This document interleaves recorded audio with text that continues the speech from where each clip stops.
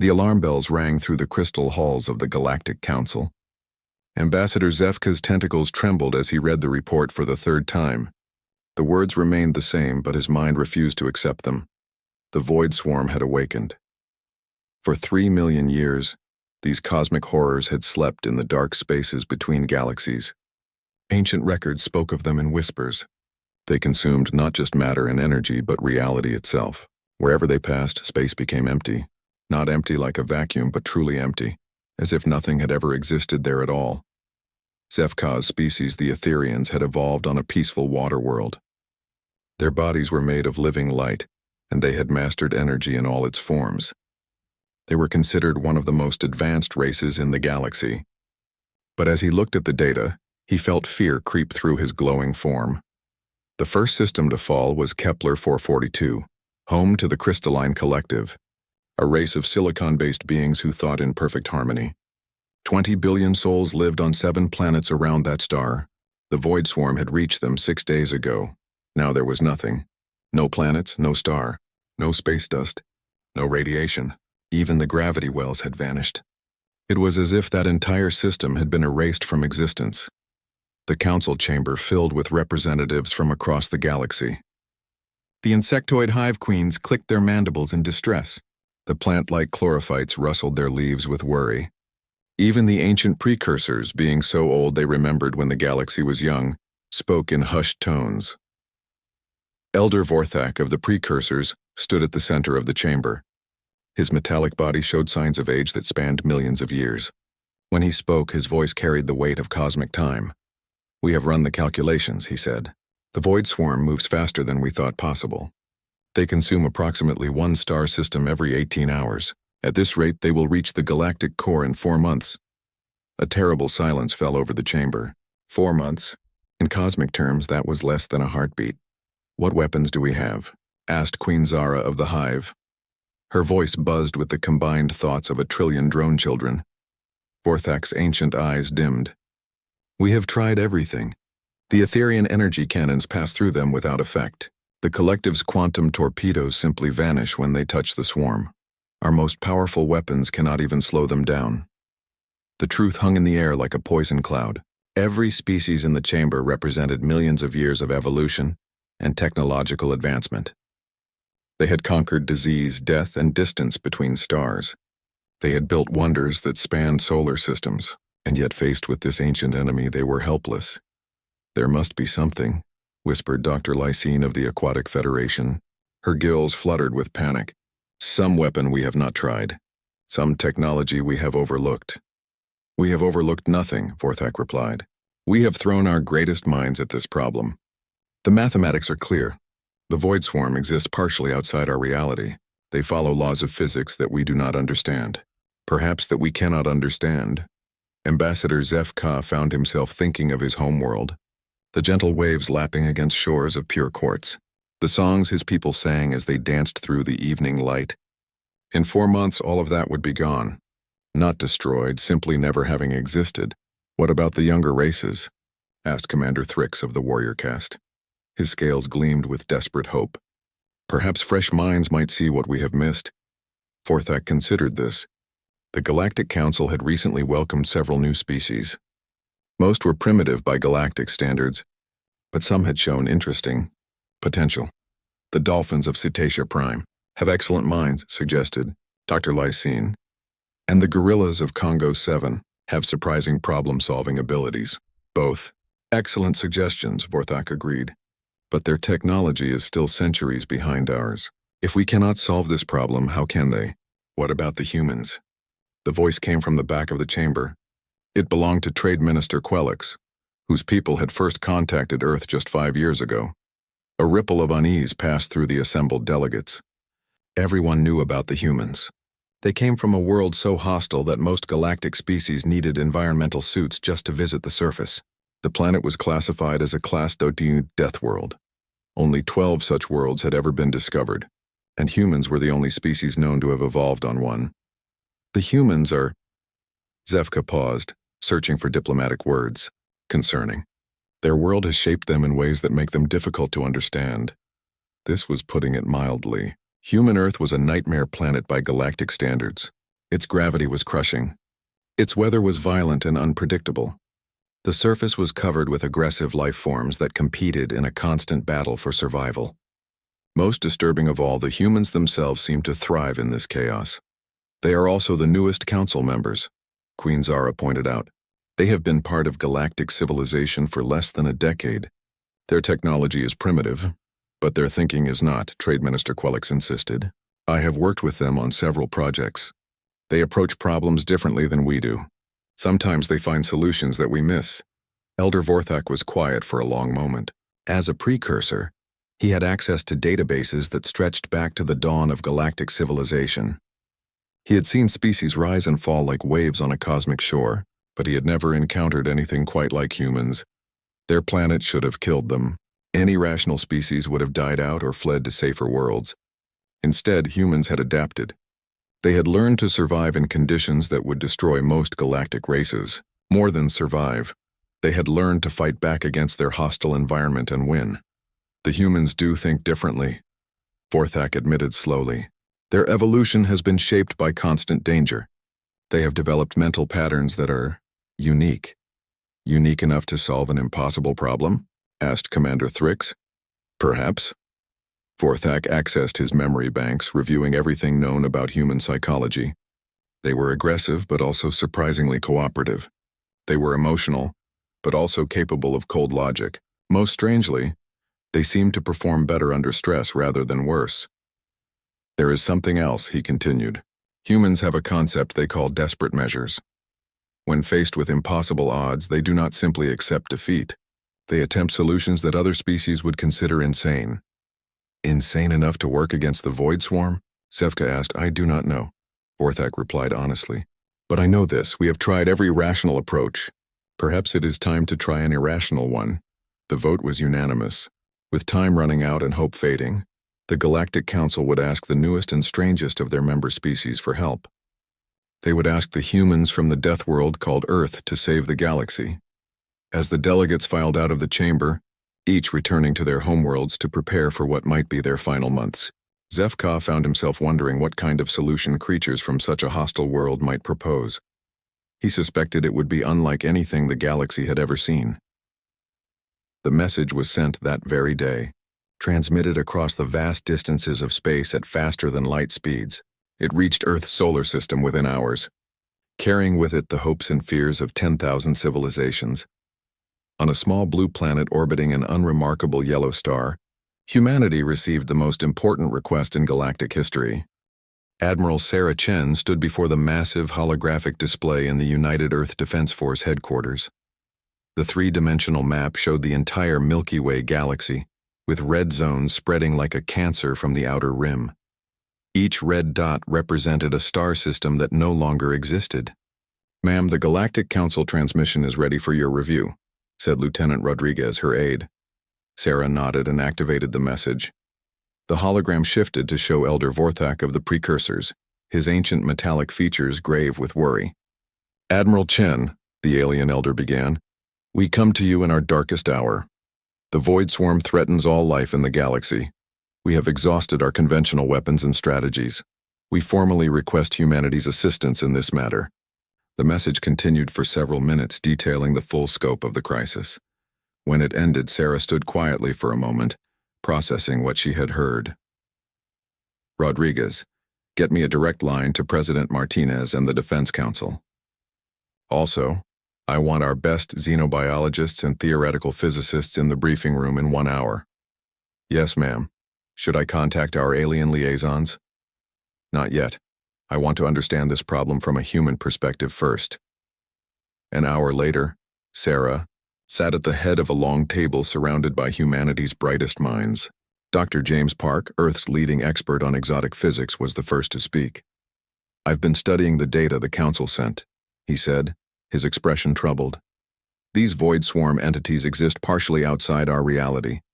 They're not just destroying matter, they're unmaking it, erasing it from the fabric of space-time itself. How is that possible? Asked Dr. Maria Santos, the chief xenobiologist. Honestly? It shouldn't be. According to everything we know about physics, matter and energy cannot be destroyed, only transformed. But these things seem to operate under different rules. General Morrison, head of military strategy, leaned forward. What about their weaknesses? Everything has weaknesses. Dr. Park shook his head. The alien races have tried everything. Energy, weapons, kinetic bombardment, nuclear weapons, antimatter bombs, even exotic particles we've never heard of. Nothing works.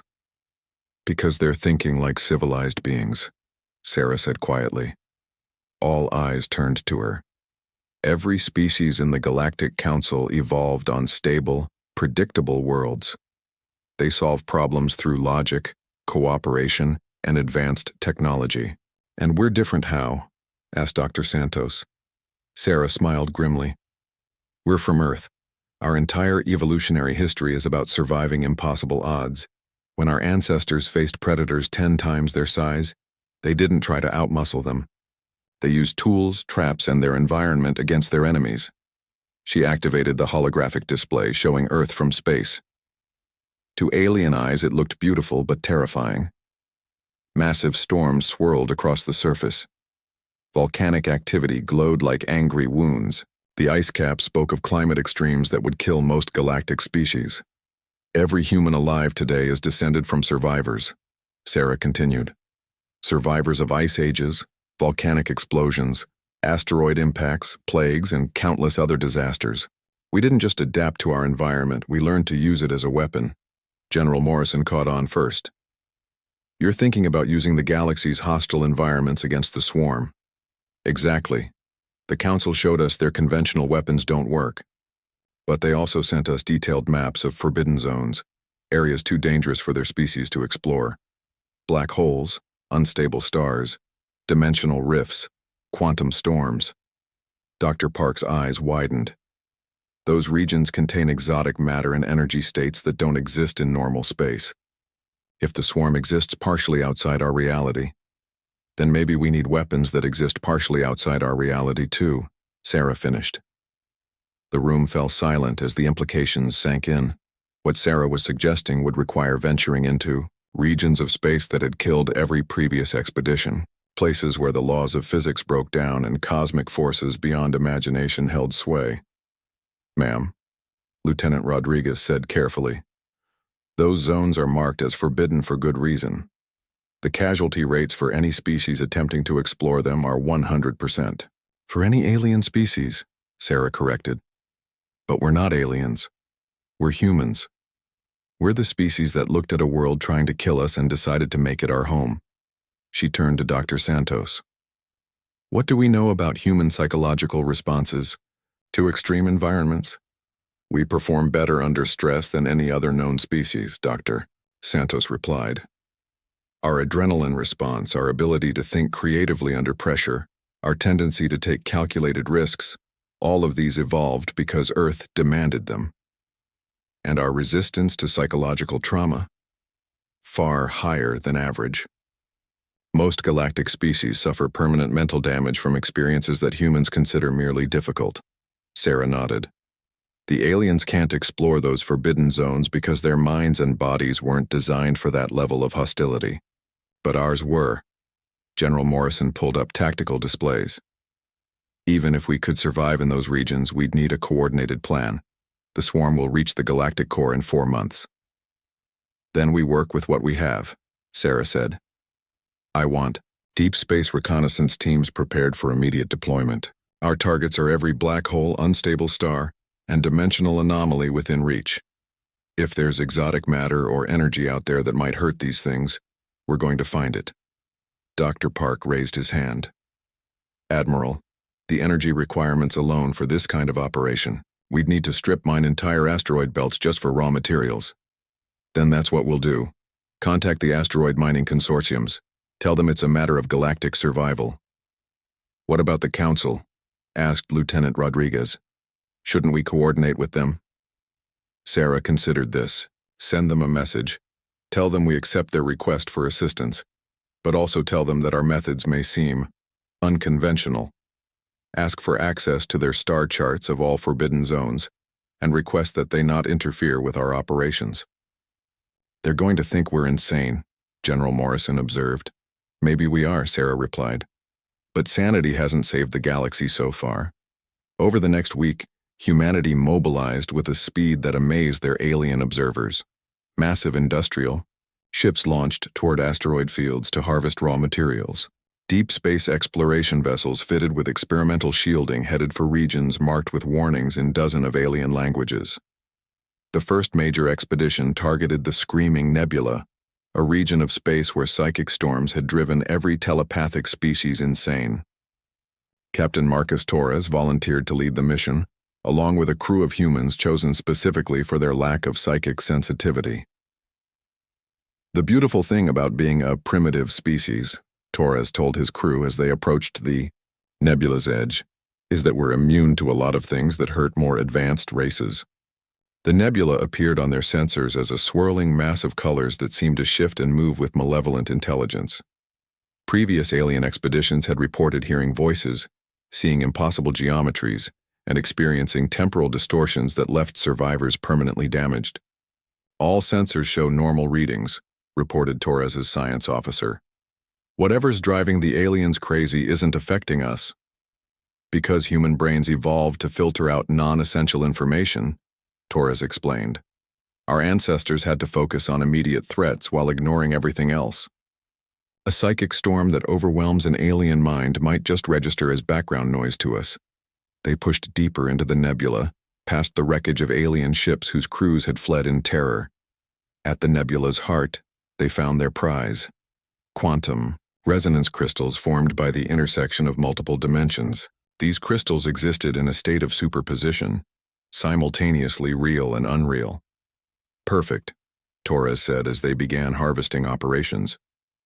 If the void swarm exists partially outside reality, maybe we can build weapons that do the same thing. Similar operations launched across the galaxy. Human crews dove into black hole accretion disks to collect exotic matter. They established mining operations in the cores of unstable stars. They ventured into dimensional rifts that had been sealed off for millions of years. Each mission was dangerous beyond imagination. Many crews were lost. But slowly, surely, humanity began to gather resources that had never been used as weapons before. The aliens watched these operations with growing amazement and horror. The humans were deliberately going to places that no sane being would venture. And they were succeeding where every other species had failed. They truly are Deathworlders, whispered Ambassador Zefka as he observed the latest reports. They do not just survive hostile environments, they master them. Back on Earth, Admiral Chen reviewed the growing stockpile of exotic materials and smiled grimly. They had the resources. Now they needed a plan that would make use of them. A plan that would turn the galaxy's deadliest forces into humanity's greatest weapon. Dr. Elena Vasquez stood in the modified laboratory aboard the Deep Space Research Station Prometheus.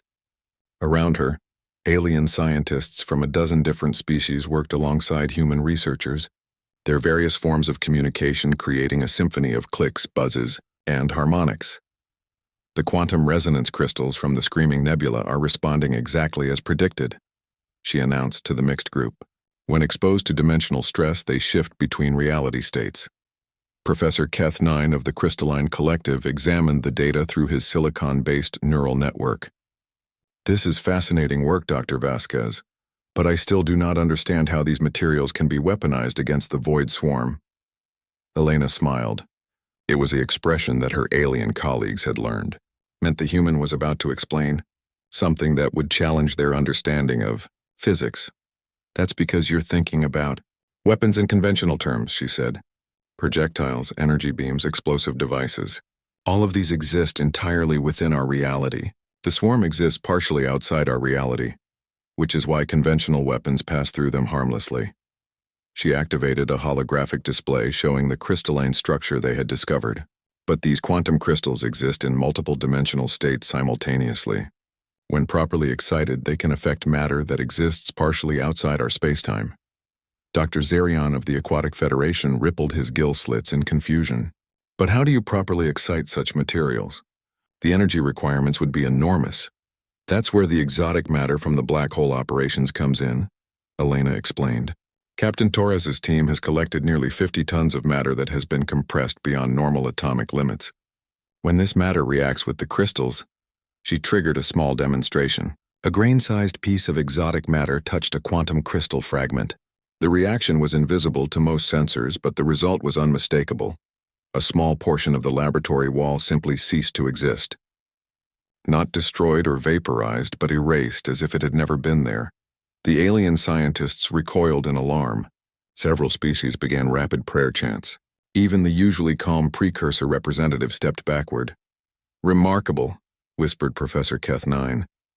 "You have created a localized void effect." "More than that," Elena said. "We've created a controllable void effect. The reaction only lasts for a few microseconds and only affects a predetermined area. With proper delivery system, you could essentially erase parts of the swarm," Dr. Zarion finished, his voice filled with awe and terror. Meanwhile, in the asteroid belt of the Vega system, Captain Marcus Torres was overseeing the construction of humanity's most ambitious project yet.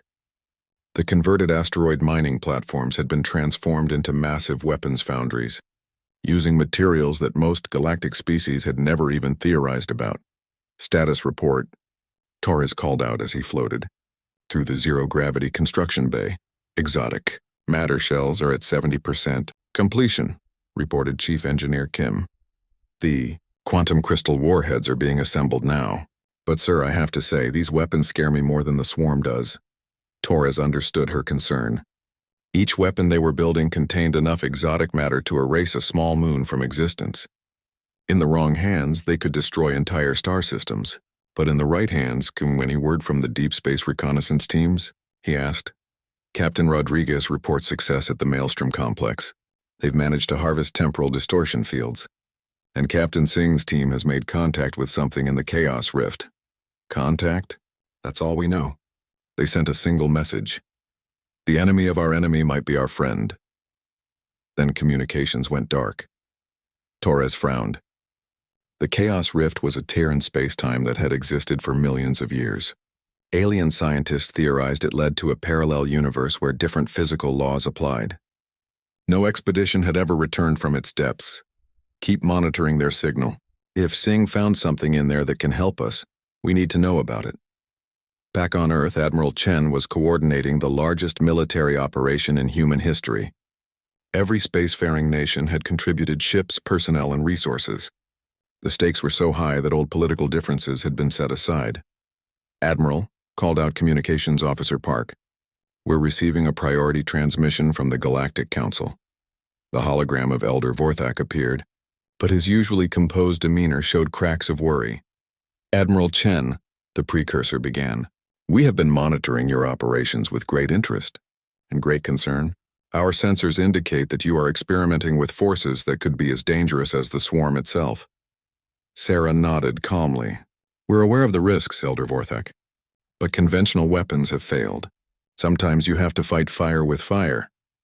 But these exotic matter weapons you are developing, they could destabilize local spacetime. The side effects could be catastrophic."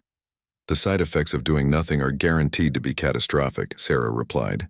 "The swarm has consumed 14 more systems since we began this project. We estimate they'll reach the core worlds in 8 weeks.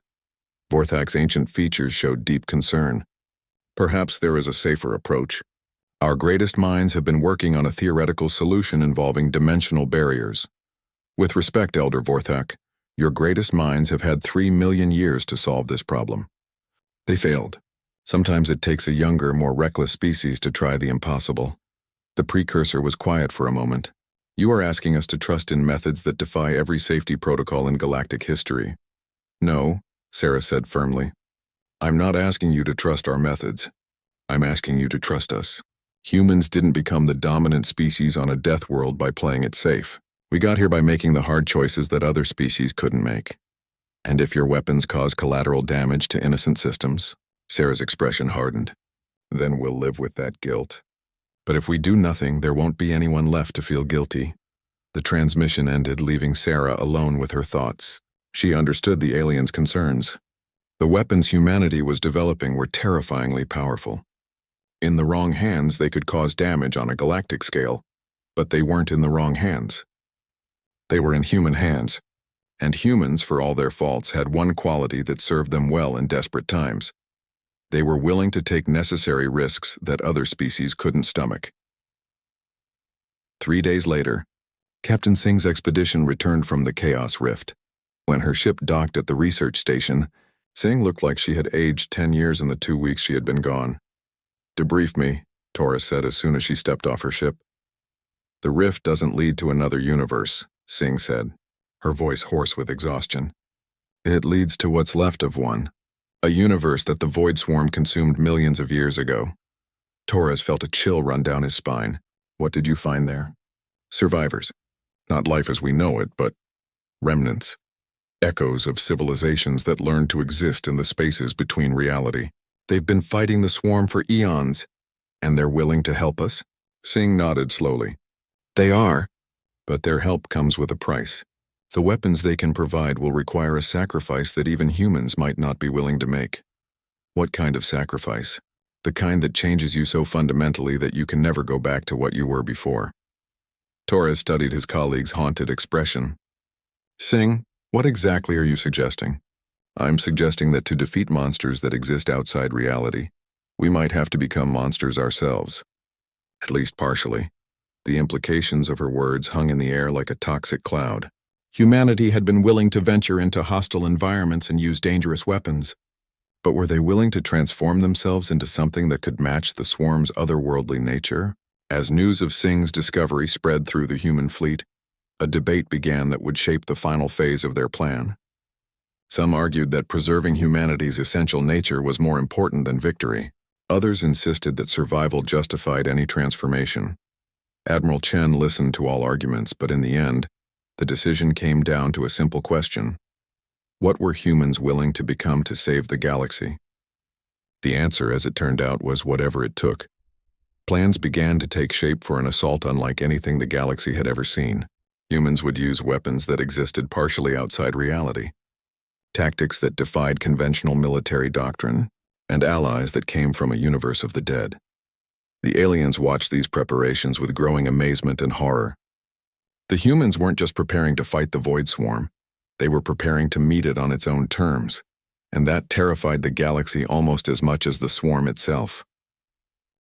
The first wave of human ships moved through space like nothing the galaxy had ever seen. Captain Lisa Park gripped the controls of her fighter as it dove toward the surface of a collapsing neutron star.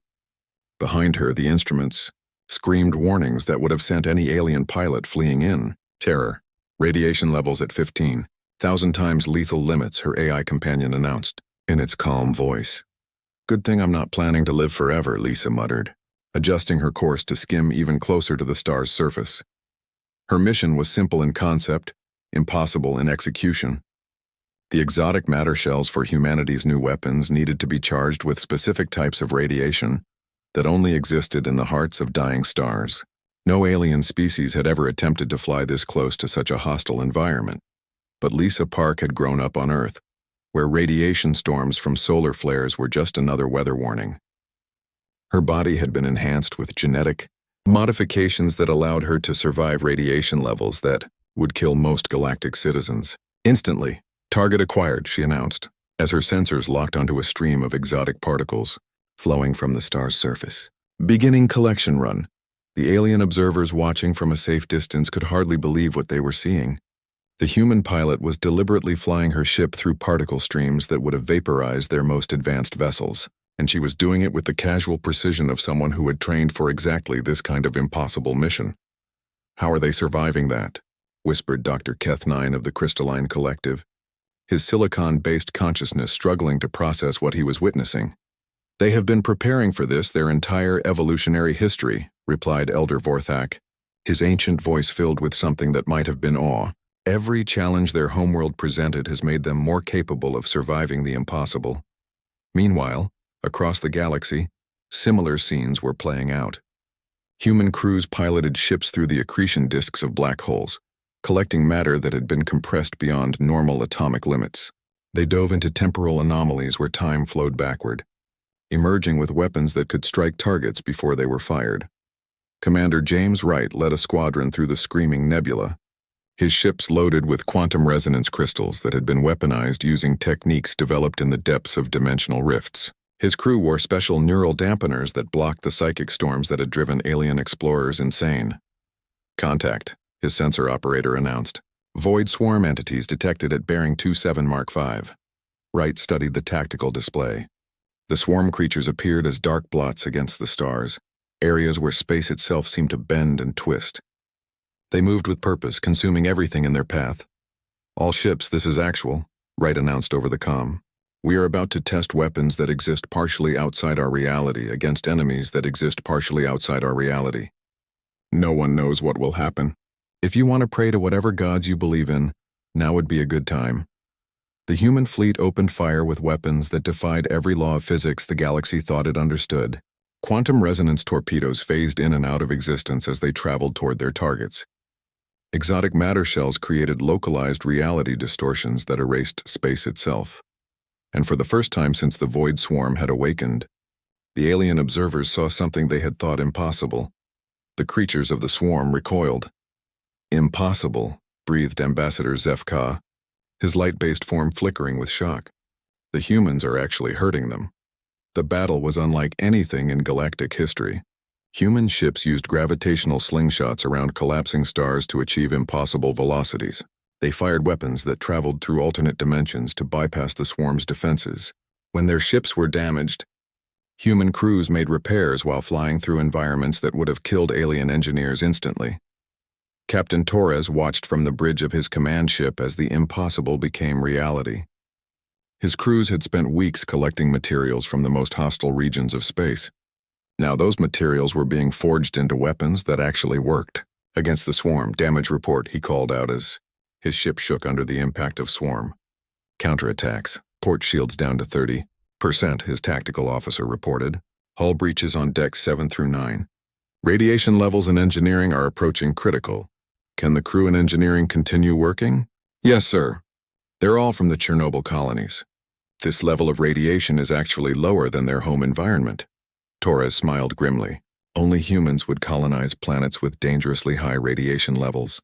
And only those colonists would volunteer for missions that required working in even more radioactive environments. "Signal the fleet," he ordered. "All ships are to begin Phase 2 of the assault." Phase 2 was the most desperate part of humanity's plan. It required ships to enter the space occupied by the swarm itself, using weapons that were almost as dangerous to the users as to the targets.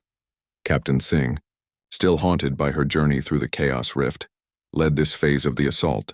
Her ship had been modified with technology provided by the remnants of dead civilizations, beings that had learned to exist in the spaces between realities. "Remember," she announced to her crew, "we're not just fighting the swarm. We're fighting the fundamental forces that allow them to exist. This will change us. There's no going back from what we're about to do." Her crew, all volunteers who understood the risks, gave their consent. They had seen what the swarm could do to entire civilizations. They were willing to sacrifice their humanity if that's what it took to stop the cosmic horror. Singh's ship phased partially out of normal spacetime, existing simultaneously in reality and in the void between dimensions. The crew began to change, their bodies adapting to conditions that normal matter couldn't survive. They became something new, still human but also something more and something less. From this hybrid state, they could engage the swarm on equal terms. Their weapons, powered by the essence of dead universes, actually caused the swarm creatures to retreat. The alien observers watched in amazement and horror as humanity's transformation accelerated. Some human crews began to resemble the swarm creatures themselves, existing partially outside reality. Others used genetic modifications to adapt to environments that would have been instantly fatal to any known life form. "They are becoming something new," Elder Vorthak observed, his ancient voice filled with uncertainty. "Neither fully human nor fully something else. Will they still be our allies when this is over?" asked Queen Zara of the Hive, her collective consciousness struggling to understand the implications of humanity's transformation. "I do not know," Vorthak replied honestly. "But I know this. They are the only force in the galaxy that has successfully fought the swarm and won." As the battle progressed, humanity's success became undeniable. System after system was liberated from the swarm's influence. The cosmic horrors that had seemed unstoppable began to fall back, unable to cope with weapons and tactics that matched their otherworldly nature. But the cost was enormous. Entire human fleets had been transformed beyond recognition. Crews that had existed partially outside reality for too long found they could no longer return to normal space. Some had become so adapted to hostile environments that Earth itself would now be uninhabitable for them. Admiral Chen watched the tactical displays from Earth's command center, her heart heavy with the knowledge of what her species was sacrificing. They were winning, but the victory was changing them in ways that might never be reversed. "Admiral," her communications officer announced, "we're receiving a message from Captain Singh's transformed fleet. They've located the swarm's central nexus." Sarah's pulse quickened. The nexus was the theoretical command center of the swarm, the point from which all their activities were coordinated. "If it could be destroyed, what's their status?" she asked. "They're requesting permission to proceed with the final phase of the operation. But ma'am, they're saying that completing the mission will require a sacrifice that will affect the entire human species." Sarah closed her eyes for a moment, feeling the weight of the decision that lay before her. Humanity had already paid an enormous price for this war. Now it seemed the final victory would require an even greater sacrifice. "Connect me to the fleet commanders," she said quietly. "It's time to end this." The final phase of humanity's plan was about to begin, and with it, the transformation of an entire species from the creatures that had once looked up at the stars from a hostile world to something that could stand as equals with the cosmic forces that shaped the universe itself. The aliens could only watch and wonder what humanity would become when the battle was finally won. Admiral Sarah Chen stood in the transformed command center, surrounded by displays that showed information from dimensions that human science had never imagined. The final phase of the operation required her to make a decision that would echo through galactic history. Captain Singh's transformed fleet had found the swarm's nexus, a massive structure that existed simultaneously in 17 different dimensions. It was the source of the swarm's power, the anchor that allowed them to maintain their hold on reality while consuming it. "Admiral," Singh's voice crackled through communications equipment that had been modified to work across dimensional barriers. "We've confirmed the location of the nexus, but destroying it will require us to create a dimensional gateway large enough to redirect the entire swarm." "What's the cost?" Sarah asked, though she suspected she already knew. "Earth itself will have to be used as the focal point. The planet will need to be phased partially out of normal space-time. It won't be destroyed, but it will become unreachable for decades, maybe centuries." Sarah felt the weight of the decision crushing down on her. Earth, the hostile, beautiful world that had forged humanity into what they were. Their home would become a sacrifice to save the galaxy. "There's more," Singh continued. "The humans who operate the gateway will be permanently changed. We'll become something that can exist between dimensions. We'll never be able to return to normal reality." Around the command center, Sarah's staff listened in stunned silence. They had known the price would be high, but this was beyond anything they had imagined. "How many people would be affected?" Sarah asked. "The entire population of Earth and every human in the fleet who helps with the operation. Roughly 12 billion people. 12 billion humans would be transformed into something new, something that could exist between realities. They would save the galaxy, but they would cease to be the species that had looked up at the stars from their hostile homeworld." "Ma'am," her communications officer interrupted, "we're receiving transmissions from across the galaxy. The alien fleets want to know our decision." Sarah activated the Galactic Communication Network. The faces of alien leaders appeared on her screens. Elder Vorthak of the Precursors, Queen Zara of the Hive, Ambassador Zefka of the Etherians, and dozens of others. "Admiral Chen." Elder Vorthak spoke first, his ancient voice heavy with emotion. "We have monitored your communications. We cannot ask you to make such a sacrifice, and you're not asking," Sarah replied calmly. "We're choosing. This is what humans do. We make the hard choices that no one else can make. But your entire species—" Queen Zara's collective voice buzzed with distress.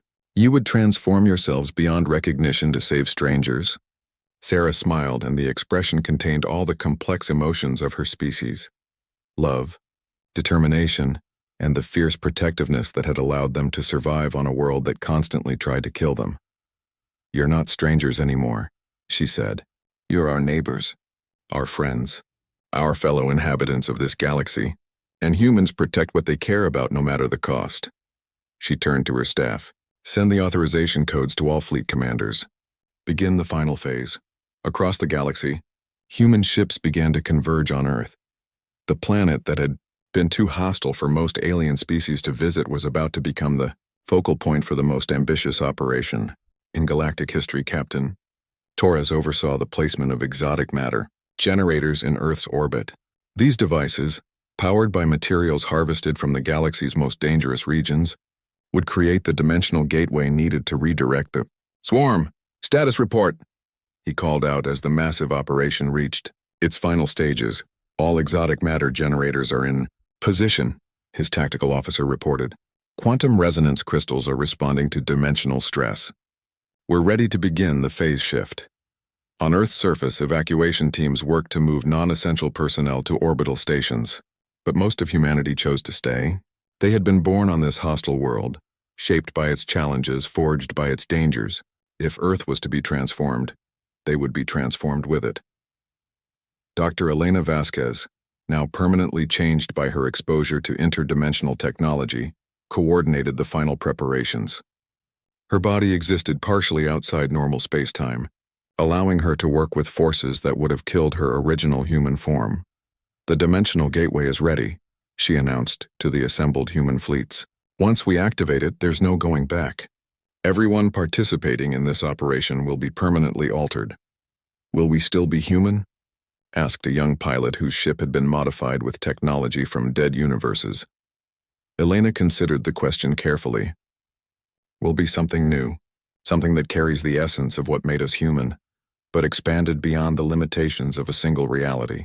We'll be the next step in human evolution, shaped not by Earth's challenges, but by the challenges of saving an entire galaxy.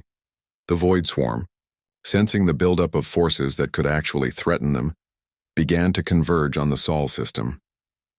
They came in numbers that darkened the space between stars, reality-consuming entities that had devoured civilizations across the cosmos. But they found humans ready for them. Captain Singh, her form now existing simultaneously in multiple dimensions, led the transformed human fleets in the final battle.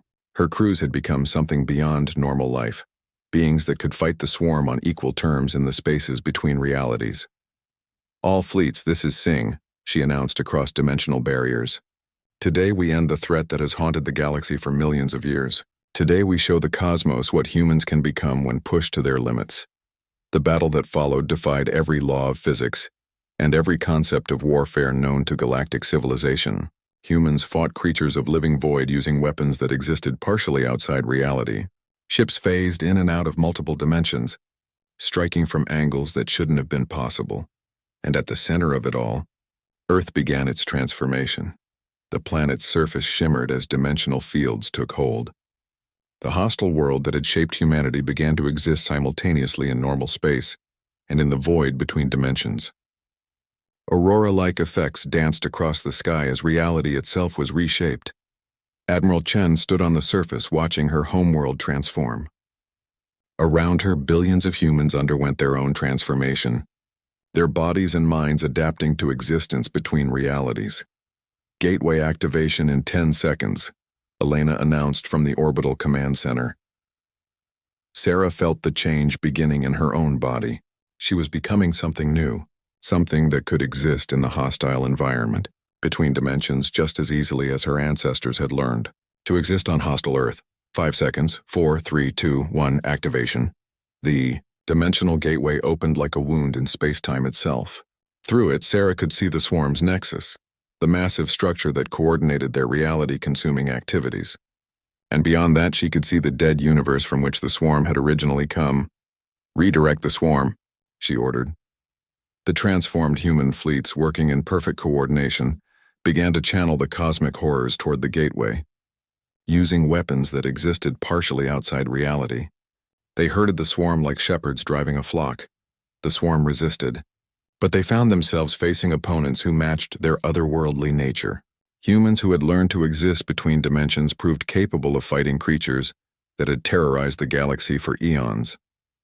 One by one, the swarm entities were forced through the gateway, back to the dead universe from which they had come. The nexus, cut off from its anchor in normal reality, began to collapse. Gateway stabilization holding, Elena reported. The swarm is being successfully redirected, but the cost was becoming clear. Earth, phased partially out of normal space-time, was becoming unreachable to normal matter. The billions of humans on the surface were transforming into beings that could exist between realities, but could no longer interact normally with the physical universe. The final swarm entity was pushed through the gateway. The nexus collapsed. The cosmic horror that had threatened the galaxy for millions of years was gone, banished to a universe already dead and consumed. Gateway closure in progress, Elena announced. All swarm entities have been successfully redirected. The dimensional gateway began to shrink. Earth, still shimmering with interdimensional energy, started to fade from normal spacetime. The transformed humans waved farewell to the alien fleets that had watched their sacrifice. "Will we ever see them again?" asked Queen Zara, her collective consciousness filled with sadness. "Perhaps," Elder Vorthak replied, his ancient wisdom struggling with concepts beyond even his experience. "They have become something new, something that exists between the realities we know. If they choose to return, it will be as beings transformed by their sacrifice." The gateway closed. Earth faded from normal space, existing now in the dimensions between dimensions.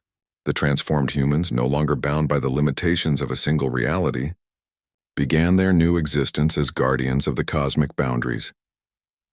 Years passed. Decades. The galaxy slowly rebuilt from the devastation caused by the swarm. New civilizations rose, and old ones recovered. But the story of humanity's sacrifice became legend.